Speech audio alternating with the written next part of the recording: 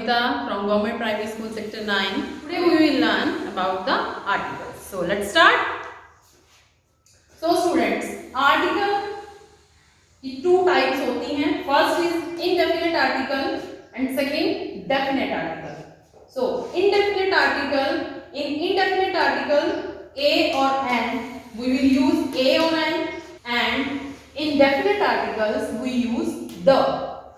So अब a और and का यूज होता कहाँ पे है, ठीक है, कहाँ होता है देखें, we use a or an when we talk about one person, one animal, one thing or one place. Okay, and in definite article where we use the, we use the for particular noun. a और n का use हम सिर्फ one thing के लिए करते हैं, one person के लिए करते हैं, वन प्लेस के लिए करते हैं, मीन्स जो चीज वन है, ठीक है, पर्टिकुलर नाउन है जो, ठीक है. और जो द का यूज किया जाता है वो पर्टिकुलर किसी एक पर्सन के लिए यूज किया जाता है. जैसे इसकी डिटेल हम पढ़ेंगे आगे, ठीक है. अभी ये सिर्फ आपको ये बताना था कि आर्टिकल्स कितने टाइप्स के होते हैं. That is two types of articles, indefinite article, definite article. Indefinite article a or an and definite article the. Okay, now in definite articles the का यूज कहाँ पे किया जाता है, we use the for particular noun. Means mountains हो गई, rivers हो गई, books के नेम आ जाते हैं, उनके लिए हम यूज करते हैं the. Use of indefinite article. Here first we learn use of a. Okay, we use a before nouns which begin with consonant sounds. For example, a ball, a book, a cat, a table, etc. So a का use हम कहाँ पे कर रहे हैं, जहां पे consonant sound आती है वर्ड की. वर्ड कौन सा, नाउन, ठीक है. Now we use a in sentences. I have dash cow.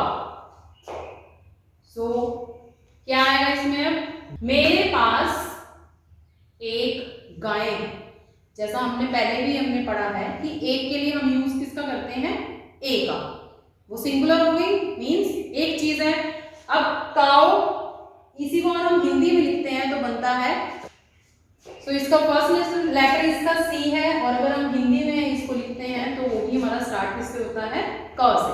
दोनों साइड क्या आ गए हमारे, व्यंजन. ये व्यंजन हमारा हिंदी का आ जाता है और इधर हमारा आ जाता है इंग्लिश का. तो इसमें हम क्या लिख देंगे, a. Next, this is duster. अब ये डस्टर कितने हैं मेरे हाथ में, एक ही है, सिंगुलर आ गया, तो फिर क्या यूज करेंगे इसके साथ भी, a. This is pointer, singular noun. Again we write here a. This is green board. ये green board है, singular है, a. This is chalk, singular noun, a. यहाँ थोड़ा सा ध्यान देंगे हम, जब हमारे वर्ड्स आते हैं जैसे काउ क, डस्टर ड, पॉइंटर प, ग्रीन बोर्ड ग, चॉक च. सिमिलर थिंग क्या है इनके बीच में, ये कॉन्सोनेंट्स है, इधर उस साइड है व्यंजन. ये इंग्लिश के व्यंजन है और ये हमारे हिंदी के व्यंजन, जो सबको पता ही है. तो ये जब भी आएंगे तो यहाँ पे जो आर्टिकल हमने फिल करना है हमेशा ए का यूज किया जाएगा. Now we will learn use of an. We use an before noun which begin with vowel sound. In English we have 5 vowels, A E I O U, और हिंदी में हमारे 11 होते हैं स्वर, ठीक है. For example, an apple, an ink pot, an owl, etc. Okay, now we use an in sentences. First, he is dash engineer. He is an engineer. We have vowel sound here. Second, this is dash aunt, and this is an umbrella. This is an ox. He is an inspector. In words को देखें, E A U O I. All are vowel sounds. A E I O U.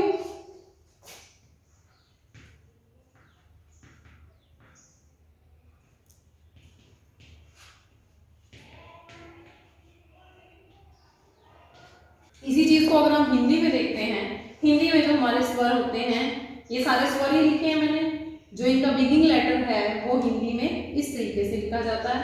तो दोनों side जब स्वर आ जाएगा तब use होगा N का। अगर स्वर नहीं आएगा हिंदी में लिखने पे भी, और इंग्लिश में तो पता ही है, अगर हिंदी में लिखने में वहां स्वर नहीं आता तो हमारा यूज होगा वहां पे ए।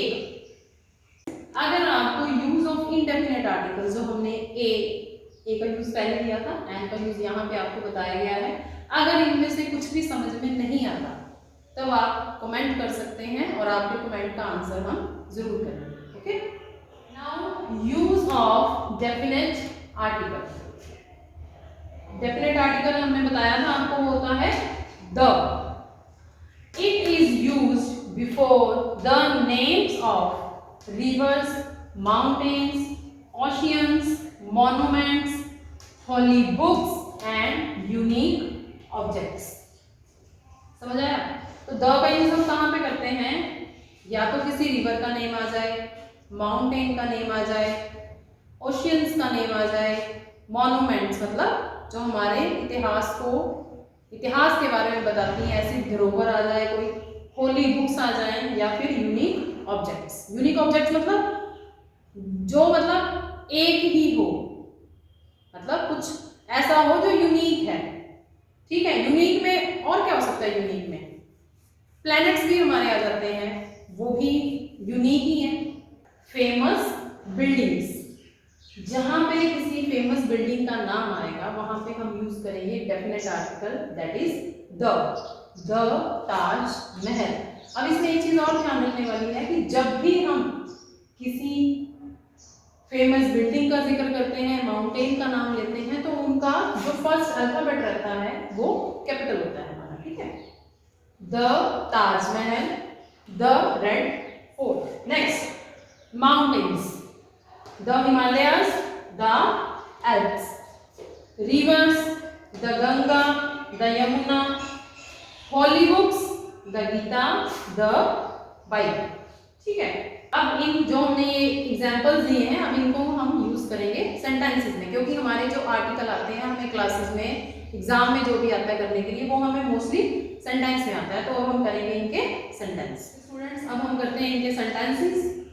First is dash Taj Mahal is in Agra. So the. Second, dash moon is round. Planet आ गया है, तो उसके लिए भी किसका यूज करेंगे हम? द। बिकॉज ये हम इसको यूनिक बोल सकते हैं, इसलिए हम यूनिक ऑब्जेक्ट का जिक्र किया था हमने पहले। अब यहाँ मून के लिए हमने द का यूज किया है। जो हेवनली बॉडीज होती हैं उनके लिए भी हम यूज करते हैं द का। Heavenly bodies, we are going in the Shatabdi express. अब आप बोलोगे पहले तो बताया नहीं कि वो ट्रेन के नेम के साथ भी हमें द का यूज करना है, तो यहाँ पे अपने दिमाग में इस चीज को भी बिठाएं कि हम द का यूज ट्रेन के नेम के साथ भी करेंगे। We read the Times of India. The का यूज हुआ न्यूज़पेपर के नेम के साथ, तो यहाँ पे भी इस चीज को आप समझें कि न्यूज़पेपर के नेम के साथ भी हमने द का यूज करना है। Next, dash Krishna is a holy river. River name आ गया, then we use the Krishna is a holy river. उम्मीद है ये टॉपिक सबको क्लियर हुआ होगा। किसी की भी कोई भी क्वेरीज हैं वो आप कमेंट बॉक्स में जाके कमेंट कर सकते हैं और आपकी क्वेरीज का हम सॉल्यूशन करेंगे। Thank you.